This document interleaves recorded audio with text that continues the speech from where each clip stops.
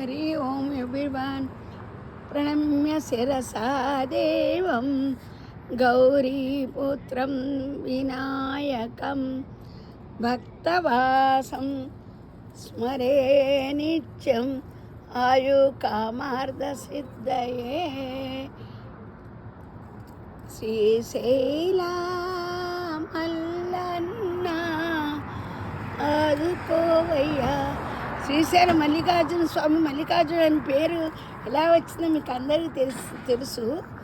ఊరికే ఈ మల్లెలు చూసారా, రెండోసారి కోసాను, ఆకులన్నీ దులిపాను, ఇలా మొగ్గలు వచ్చినాయి.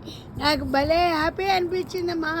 మొక్కలు చూస్తుంటే అన్నీ మీతో పంచుకోవాలనిపిస్తుంది. మీకు అంతేనా?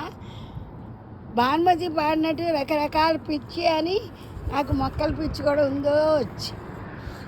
మల్లెలలారా మాలికలారా నా కథని వింటారా. ఓ భక్తురాలు మల్లెపూలతో మల్లికార్జున స్వామిని సేవించిందిట.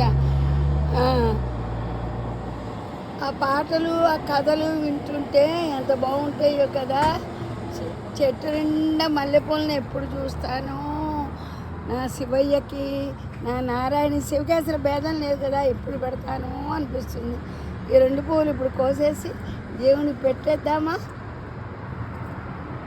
కేశవాయన శివాయన లేసమైన లేదు భేదము సర్వేశా నీ లీలలన్నీ సిరులు కరులు ఏమి కోరను శ్రీనివాస చదువులుము చాలును సంతోషముగా. ఇదివరకు మా అమ్మ వాళ్ళు చెప్పేవారు.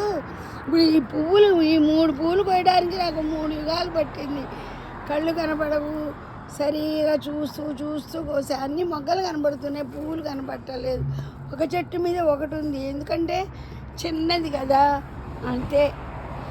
అయితే మా అమ్మ అనేది ఆకులో ఆకునే పువ్వులో పువ్వునే.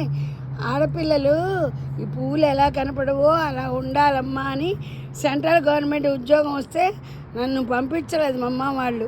తర్వాత పెళ్ళాక గవర్నమెంట్ ఉద్యోగం వస్తే ఇంకా 2 ఏళ్లతో కావేస్తుందంటే మా హస్బెండ్ ఇంకా చాలే పిల్లల దగ్గరికి వెళ్దాం అన్నారు.